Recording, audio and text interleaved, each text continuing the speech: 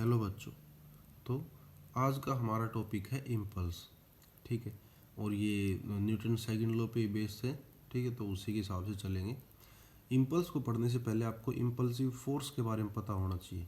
ठीक है, impulsive force होता है a large force acting for a short time to produce finite change in momentum is called impulsive force. यानी कि आप बहुत ज़्यादा फोर्स लगाओ बहुत छोटे से टाइम के लिए, बहुत ज़्यादा फोर्स लगाओ बहुत छोटे से टाइम के लिए, क्या करने के लिए? मोमेंटम के अंदर फाइनाइट चेंज प्रोड्यूस करने के लिए, तो वो कहलाएगा इम्पल्सिव फोर्स। ठीक है, अब उसका एग्जाम्पल क्या है? Force exerted by bat while hitting a ball. जब एक बैट्समैन बॉल को हिट करता है तो बॉल के ऊपर बहुत थोड़े से टाइम के लिए फोर्स लगाता है और बहुत ज़्यादा फोर्स लगाता है जब वो हिट करता है। ठीक है, तो वहाँ बॉल का मोमेंटम चेंज होता है। ठीक है, और किसकी वजह से होता है? लार्ज फोर्स की वजह से, और वो लार्ज फोर्स स्मॉल टाइम के लिए लगता है, शॉर्ट टाइम के लिए। ठीक है, आगे है blow of hammer on the nail. जब आप हथौड़ी से कील को ठोकते हो, ठीक है, तो उसमें भी आप फोर्स लगाते हो बहुत थोड़े टाइम के लिए और मोमेंटम चेंज करते हो। अब आता है इम्पल्स। ठीक है, इम्पल्स होता है it is the product of large force and short time for which it acts and it equals to the total change in momentum. यानी कि अगर आप जो लार्ज फोर्स लगा रहे हो और जो शॉर्ट टाइम है, दोनों का मल्टीप्लाई कर देते हो, प्रोडक्ट कर देते हो, तो आपके पास इम्पल्स आ जाएगा। और इम्पल्स दूसरे तरीके से चेंज इन मोमेंटम के भी इक्वल होता है। ठीक है, तो क्या डेफिनेशन हो जाएगी? It is the product of large force and short time for which it acts and is equal to total change in momentum. ठीक है, अब by second law of motion.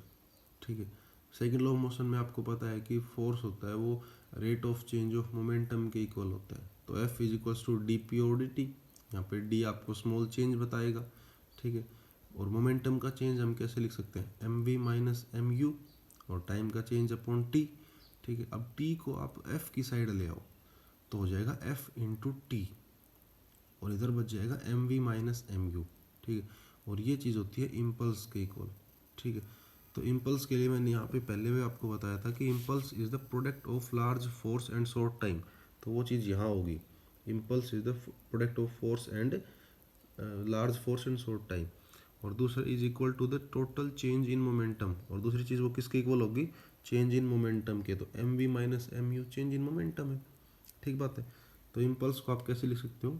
Impulse is equals to force into time is equals to total change in momentum.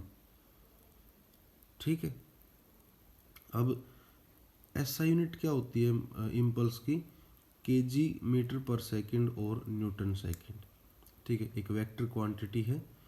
ठीक, और अगर आप लोगों को कभी मान लो फोर्स और टाइम का ग्राफ गिवन है, किसका ग्राफ? फोर्स एंड टाइम का, और आपसे कोई कह दे कि आप इसका इम्पल्स निकालिए, तो आप उस ग्राफ का area under F T graph निकाल सकते हो, यानी कि area under force time graph.